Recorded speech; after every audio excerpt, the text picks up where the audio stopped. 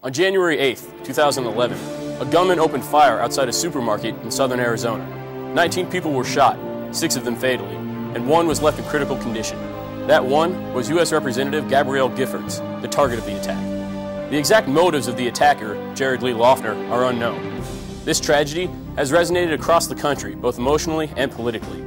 Spawning from this tragedy has been a wave of discussion regarding the state of political civility throughout the nation. We are here today to discuss the effect this event has had and will continue to have on the rhetoric that powers our nation's political dichotomy. This is ISU TV Presents, the reality of dangerous rhetoric.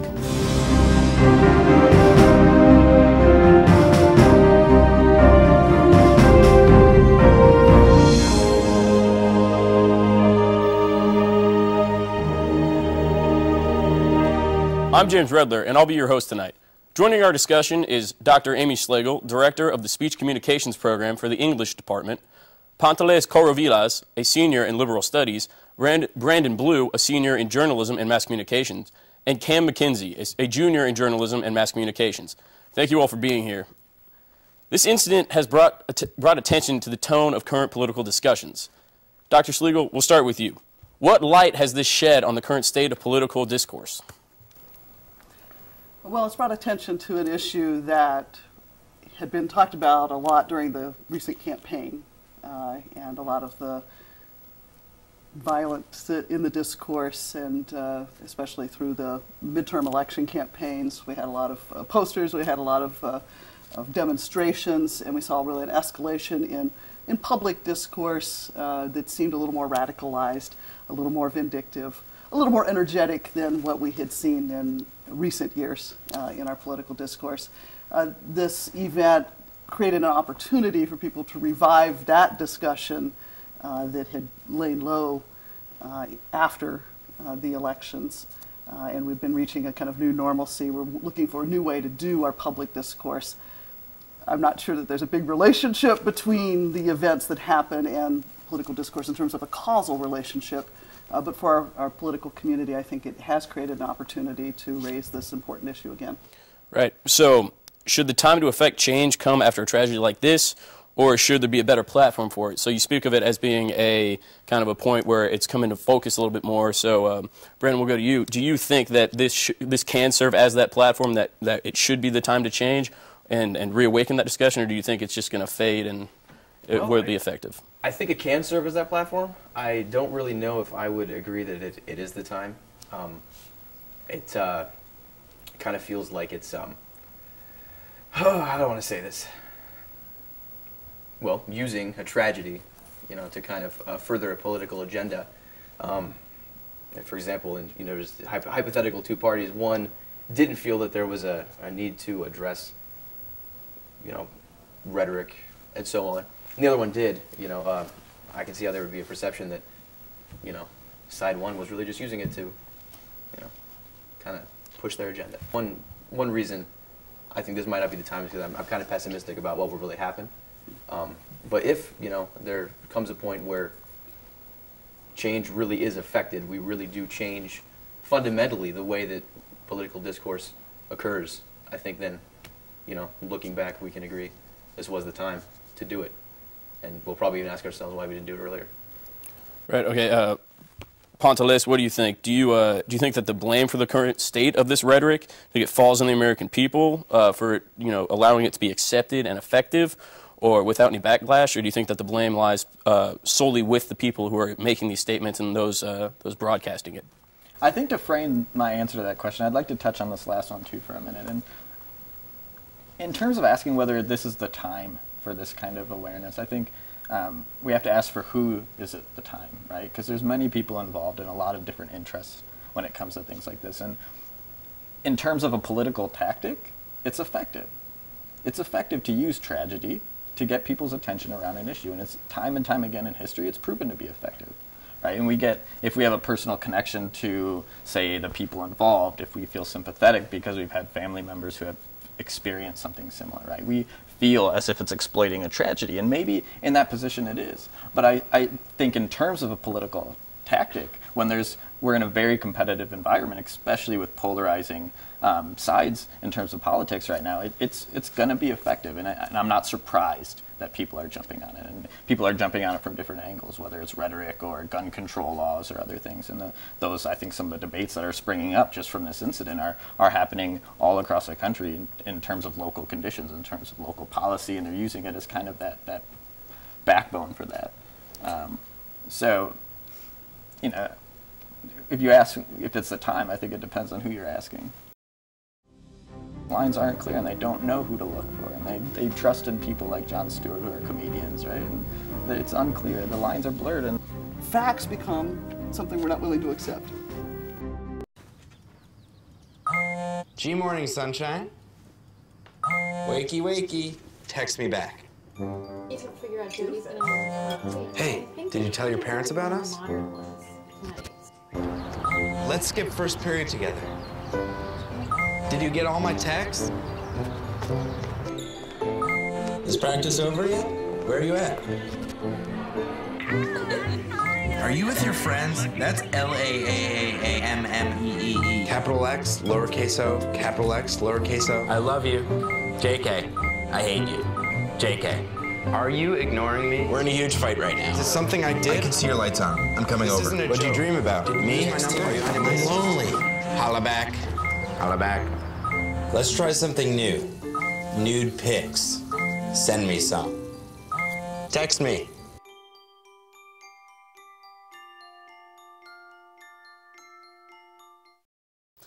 Pontalis, we'll go to you with our next question.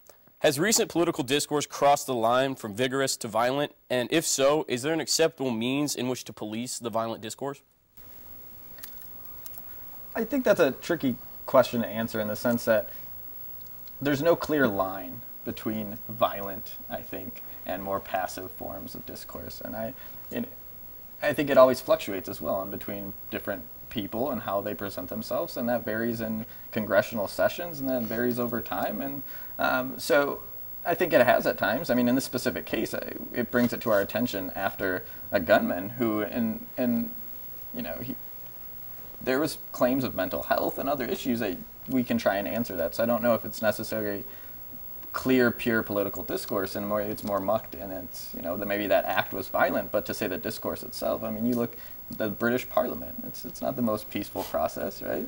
And I'd say it's a little more lively even than American politics. So if we want to use that as a benchmark, then I'd say no, but it all depends on, I guess, where we put the line. So I'd say, I don't think so. Could the line be reflected in this event, though? So if the claims of mental health can be made, which they have been, do you guys think that perhaps the crosshairs that have been pointed out very frequently from Sarah Palin's campaign, with the crosshairs that's been all over the news, do you think that type of thing is on the responsibility of that person, or do you think that's not violent? That's not violent inherently. It's the way someone interprets it. Ken, what do you think? Well, yeah, back to what I said before. I think the blame is usually it's on the person themselves, however they interpret it. Their actions are their actions. I mean, obviously your beliefs, they come out in your actions, and your actions have consequences. But yeah, and it's all in your interpretation of your stance on life. I think certain people obviously have very radical beliefs and very opposite-ended ideas, but I don't think the way the media has steered in the past, it shouldn't affect a person as much as it has. I think it's the person themselves that's to blame. We can't ask speakers to adapt their messages to the weakest of their listeners. Absolutely. The kind of handicapping of our political debate and discussion that would be produced by that, and especially if you're talking about somebody with mental illness, and where there is no guessing how something may be taken. We were thinking about a famous episode. I thought of Malcolm X and the Ballad of the Bullet speech, which again some heard in its context at that time as something that would incite violence. And certainly we had race riots, we had a lot of unrest during the civil rights movement, but it was an important thing for our culture to face and to deal with, and the discourse. There had debates certainly about what was responsible and what wasn't, and what he meant and how people heard it and took it. But it was important to social change for the debate and discussion to happen. I think rhetoric, you can't separate it from speech. I mean, especially in the public discourse, we speak in rhetoric, and that's how it's going to be at some level. The thing that I guess I would have a problem with, and where the line gets drawn for me, is when we start to distract ourselves from the substance of issues and begin speaking about personal attacks or about other people. And then, if you do that in a one-on-one conversation, regardless of the political setting you're in, if we're in here right now and I say, I don't like you, right? And we have a long conversation. That whole conversation about my feelings towards you or my opinions towards you have nothing to do with the substance of why we're here in the first place.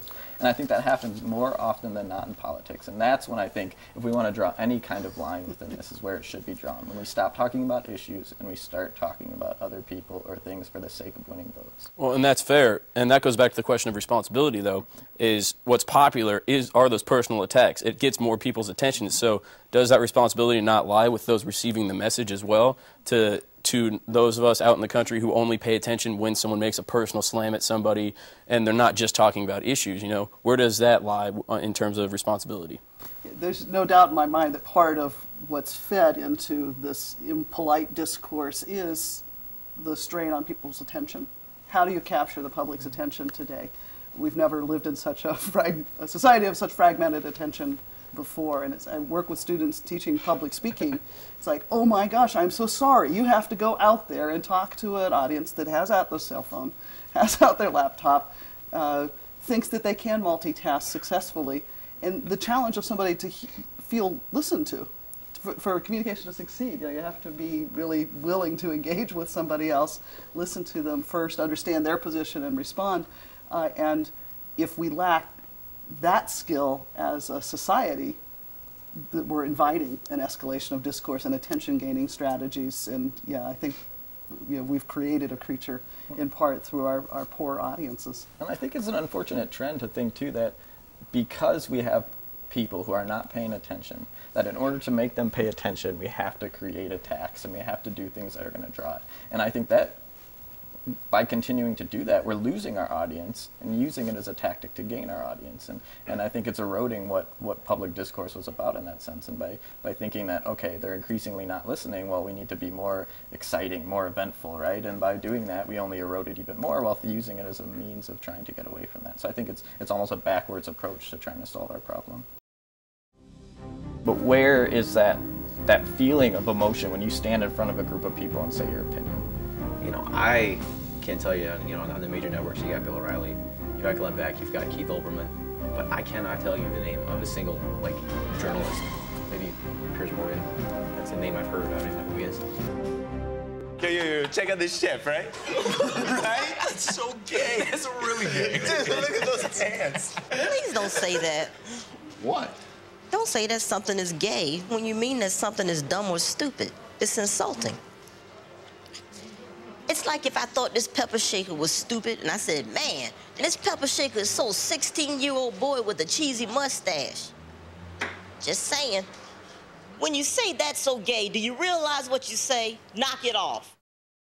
I got no pulse, so losing. Sergeant, he's in B-Fit. Shocking. Is it real all the time? Just had a few drinks. This can't be happening. Are we clear? Clear. We're just buzzed. Just buzzed. You didn't tell us that, sir. You're right, this isn't happening. You'll be fine. I feel good. Really? No, not really. Buzz driving. Clear. Maybe we should stop acting like it's no big deal. Shocking. When you're trying to reach so many people at such a frequency, do you think that social media sites, Facebook, Twitter, which all the politicians are using nowadays to deliver their message, do you think that's an acceptable way for the public discourse to go, or do you think that it should maybe steer away from that? And go to Brandon. Well, my understanding, and if one of you guys knows more about it than me, please correct me, but my understanding was that the comment about the Sarah Pack crosshair chart hadn't been made until it appeared on Twitter, and it was in a post by a New York Times reporter who just said, no one has mentioned this, and then he just kind of left it at that, and it didn't take very long, and immediately that was the crux of the story was, it turns out here was this poster, and so on. So can it be used? I would say absolutely. It was incredibly effective. I mean, that story hit the major networks within hours. So is it acceptable to use it that way? I don't know. I mean, I think some of the challenge when we talk about these things, just like the question I was asked earlier, is the debate between effectiveness and what we want to define as morals. Because effectiveness has eroded what we have traditionally thought as moral practices, right? And because of that, you know, while it's effective, and I can't blame people for trying to be effective, right? Because we all want our interest and to serve our interests and to get our way. But regardless of that situation, it's still, I think we need to have a discussion on what we define as public discourse and what our standard is going to be and what our benchmark is going to be as a public for saying that it has crossed that and it has gone in the wrong direction. And if we want to look at it, and my ideals tell me that Facebook and Twitter should absolutely not be used, I don't think it's effective. Politics in the past has been about interaction with people in the public space, and that's not happening. I think we are able to detach ourselves from our comments when we put them on the website or a Facebook or a Twitter, right? And we have a public profile and we put it on there and we say it, but where is that feeling of emotion when you stand in front of a group of people and say your opinion? It's not the same. You can sit at 3 o'clock in your room and type a message on Facebook and call it a day, yeah. and then pass back out, right? You woke up, you had a thought, you wrote it down, you go back to sleep, you forget about it the next day. What about standing in a room full of 5 other people who have different opinions and say that same thing? It might be a little different, and you might have to defend yourself, and you might have actually public discourse, which I don't think really fully happens in those mediums. Yeah, I've heard people argue that because there can be strings of comments, on Facebook, that there are, some exchanges that go on and debates that go on. But when you look at a politician's website, in fact, you find that their concern for appearances, that this is part of the political campaign, and their control over that website and what's there intervenes in any effort to have real conversations there. There's an interesting blog that followed Palin's people who cover her Facebook. Right? So it's somebody's job to watch every post. And he'd take all these screenshots just by refreshing his screen all the time. He could catch something there. It's up for, a minute, maybe 90 seconds. And, it creates this myth then that everybody agrees with Sarah, that there's no debate and discussion on the issue. And I think, too, it does disservice to the candidate themselves because they can get an odd idea of their own popularity. Again, this is a big change from, say, 19th century culture, where when there were conventions, like the women's rights conventions, the famous ones, in the 1850s and later, had people who disagreed. They were actually debating in public forums and standing up and making their positions, stating their fears and talking to one another. Now our conventions are staged. Yeah. It's preaching to the converted already, and that too has this kind of polarizing effect. Hard to get somebody's attention, hard to be listened to, somebody who doesn't already agree with you. And to go off that, go ahead. I was just going to say, in all honesty, I can't think of any other place where more people come together and talk about their opinions than Facebook and Twitter. All right, and so we talk about this detachment from the comments, from your opinions. How can we better align our values with these things that we're saying? How do you think it's possible for politicians to align themselves, for people in general, when they're having these debates that we're talking about on these websites? How is there a way to actually make people express the values they believe in while backing up the things they say and still allowing for that political debate? And we'll... I think, in a simple answer, it would be good for us to all say things in the public as opposed to online, on text messaging, and other kind of methods of technology that make our comments distant from us. Okay, and Brandon, I'm sorry to cut you off, but Brandon had argued saying that it worked, that Facebook and like the exposure that the internet gives you is a good thing. How do you feel about that? What he's saying about the technology, maybe stepping away from it a little bit. Do you think that there's a way to get the values behind it? I never think there's too many people that only communicate with Facebook and Twitter. So I guess when I think of someone using it, they probably would continue to have that opinion whenever that issue came up. So I don't know. That's fair. Seems like it's ubiquitous. we used to call Walter Cronkite the most trusted man in America. And now that he's gone, our new most trusted man is Jon Stewart. ¿Sabes que hay una manera correcta de estornudar? Vamos a mostrarles, Elmo. Ajá, sí, pica tu nariz y sientes un achú. Ahora vas a ver, esto haces tú. Alza tu brazo y tu cara cubrirás. Ahí donde lo doblas estornudarás. ¡Achú! ¡Achú! Si el achú se acerca. ¡Achú! ¡Achú! Así es correcto estornudar. Gracias. Para obtener más información sobre cómo prevenir la gripe, visite flu.gov. And this idea of constant exposure as well, it not only happens on the internet, it happens with the 24/7 cable news programs, and that's a huge part of political life nowadays. Is it too late to hope that the media, especially these networks, can change their standard of civility, or do you think that it's maybe just on a downhill slide, or that it's where it's going to be, or do you think they need to do something? And Professor, you want to start it off? It's a great question. I was very impressed by Time Magazine's coverage of the events in Tucson, and some really great writers engaging material in important, reflective ways.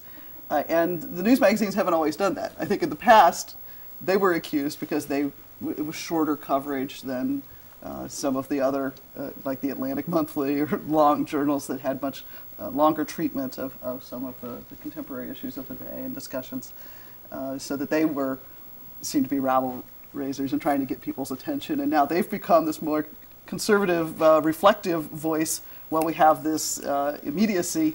So I wonder if the appearance of Twitter, which is even more immediate than a scripted show on a news network, that maybe because Twitter will create a place to be more radical than maybe in the news media, the discourse level will calm down over time as it matures.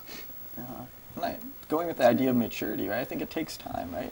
The credibility of the media, I think, has eroded, and it has eroded over a long period of time. It hasn't been overnight, right? It wasn't one act that made people feel like, oh, well, they can't always trust this, which, even though there's that weird dynamic where people say they can't trust it, but they rely on it for their sole source of information. But beyond that, right, when we say that, it didn't happen overnight. It eroded over time. And I think if we think about making it better, in that sense of it being more credible, then that's going to take time too, and we can't expect it to happen overnight. But I'd hope that and I think it goes beyond hope. I think there's definitely ways that we can make small steps in that direction, and it's going to take people who are going to be committed to that. And I think, they're out there. It's just a matter of acting, like we said earlier, acting in the public space as opposed to talking about these things and hoping that pure discussion is going to solve that problem. It's going to take people who are going to put themselves on the line and make decisions that may ruffle some people's feathers, but I think it's doable. Going on with what you said about with media eroding, we used to call Walter Cronkite the most trusted man in America, and now that he's gone, our new most trusted man is Jon Stewart, who is not technically a journalist. He's actually a comedian, and for that to be the most trusted person in America is a blatant, obvious, like, media is deteriorated. The fact that though he is an entertainer and he acts like an entertainer, there's still that kind of humble honesty that comes out in those kinds of settings that people can attach to him that they don't see with the media. One issue that might give credibility to the point that people kind of look for the sensational stuff. I know I made that point a while ago, but I can tell you, on the major networks, you got Bill O'Reilly, you've got Glenn Beck, you've got Keith Olbermann. But I cannot tell you the name of a single journalist. Maybe Piers Morgan. That's a name I've heard. I don't even know who he is. One who's not there to sensationalize, one who's there to actually report, not a paid pundit. Exactly. Yeah. He's a reporter. He's a journalist. And then you have I guess they're journalists too, but in a completely different vein. Opinion people who give their opinions, have their opinion shows. But I mean that's so blurred, and that's certainly not the people that we watch. What's the name of another show on Fox News that is news? I mean, is there one? What about MSNBC? And maybe that could come back to where maybe media needs to go, is where it needs to be more clear for people where a show is opinion-based, where a show is news-based, Is that something that we have to clarify so severely? I mean, what do you think, Cam? I'm not too sure people are aware of the line between news and opinion on these news networks. I mean, Fox News, it says on the channel name, news. And so it's sort of assumed by probably quite a few people that they're saying true facts, when in reality it's probably not completely fair and balanced.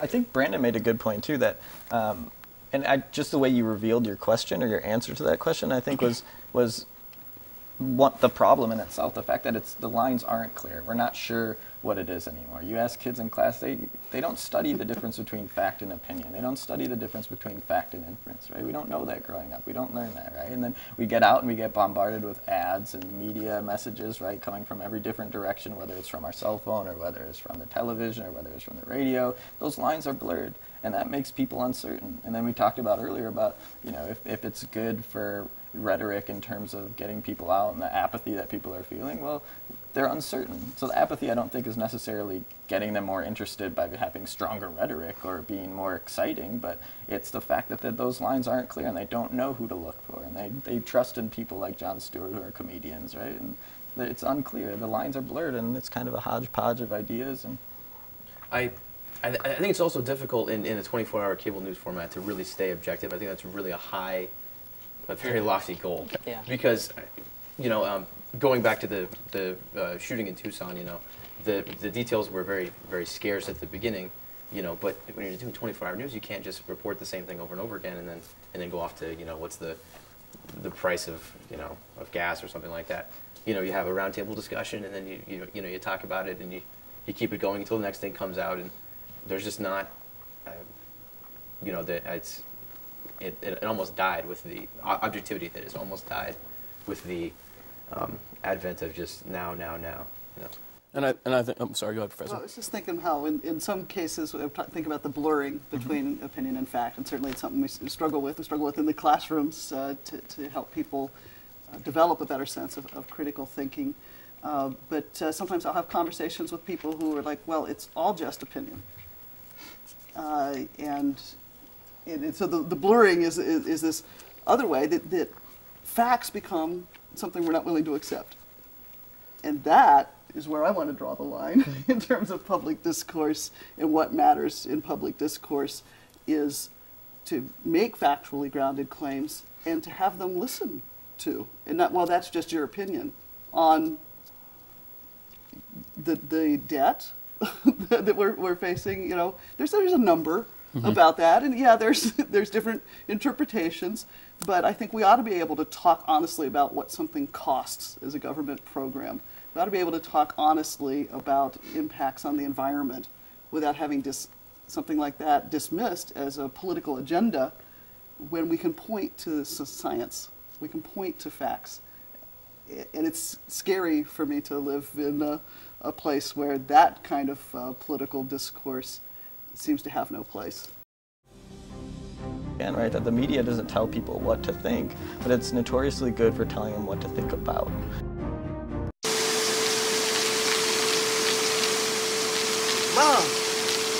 Mom! What? You can't find Ichabod. What?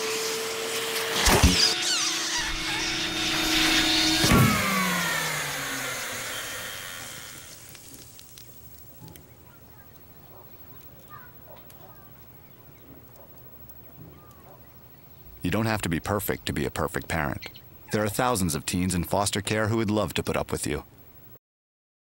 Well, and when it comes to fact as well, they were immediately after the shootings, they were talking about how the Republicans had a bill up that said repealing the job-killing Health Care Act. And there was a big debate on those cable news networks about how the Republicans and Democrats, they were saying that they wanted to change the name from job-killing because they thought it was too violent in the wake of the shooting. And, and I think that goes back to the fact, the discussion was not about whether or not the bill actually did kill jobs or whether it didn't, It was about the name of it, and I think does that come back to the sensationalism of it, or is that part of the fact, or is that just an off-the-cuff response that was going to happen anyway?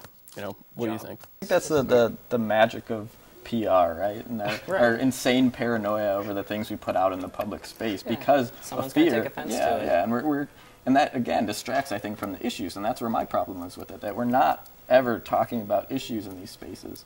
It tends to be, even when you look at, when we talked about Facebook and Twitter earlier, those, while people are throwing their opinions out, they tend not to be on the issues. It's not on the substance of a tax bill or a health care bill. It tends to be on the rhetoric and on the word choices and all these things that people jump on and talk and speak their opinions about. And that's great. Speak your opinions, please. But don't, if we want to talk about issues, let's stop and talk about issues. And I don't see that happening.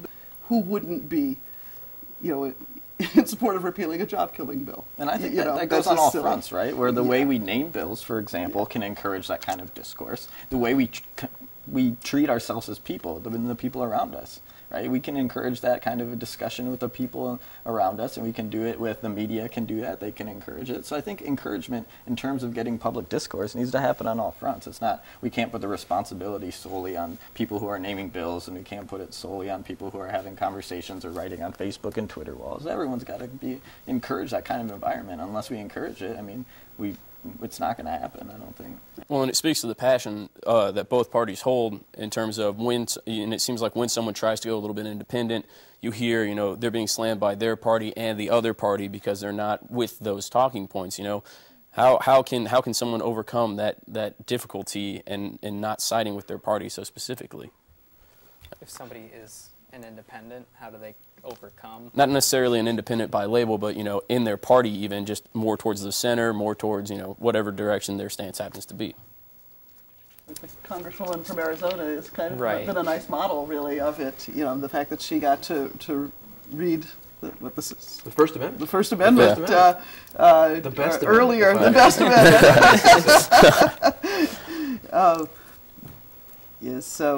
Was really that's a role model, and that's because of our continued interest in her. I think the more we have discussion, the more that there can be some sense of, look at the public discourse she was doing, look what she was modeling, look at the balance of her life, not an ideologue Democrat by any stretch. Has interesting positions on gun issues herself, and recognize that people are complicated. So maybe seeing more role models talked about in the public sphere will help. And I think Obama's going to stick with his discourse. It's who he is, and he wants to elevate conversations and kind of make us worthy of ourselves, and it's quite a call. Leading by example, I think, is what we should be doing, right? And taking away, like I said earlier, away from politics and standing here and having conversation after we leave this place, right? And people outside who are in their homes right now, if we encourage that and we lead by example with those kind of conversations, then, eventually, hopefully that flows into our institutions, into our policies, and to everything else. There's work that needs doing, and we won't get to it if we can't listen to each other and work together. Yeah. Well, whether you get these big players that are the ones that stick to the talking points, and they do stick to their party and their constituents and stuff like that. But then you get people like Giffords that don't really.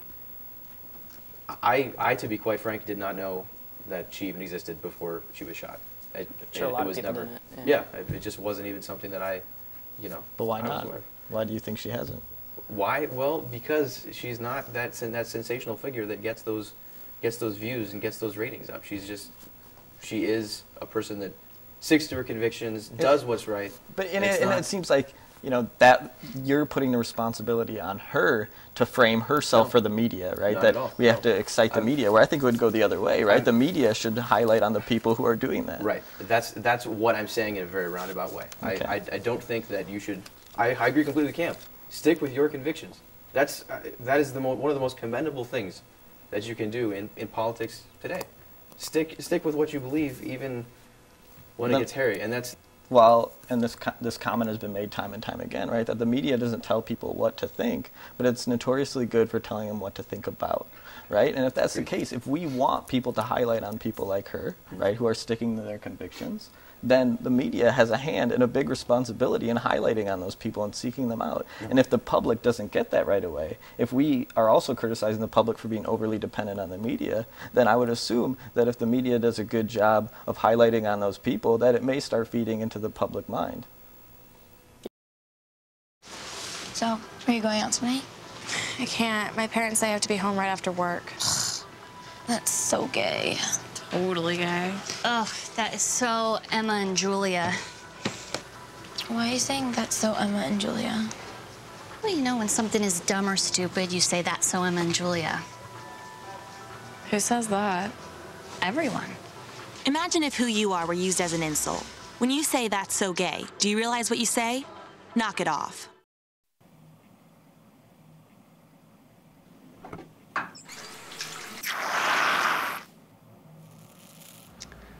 Have you ever considered, I don't know, getting it waxed?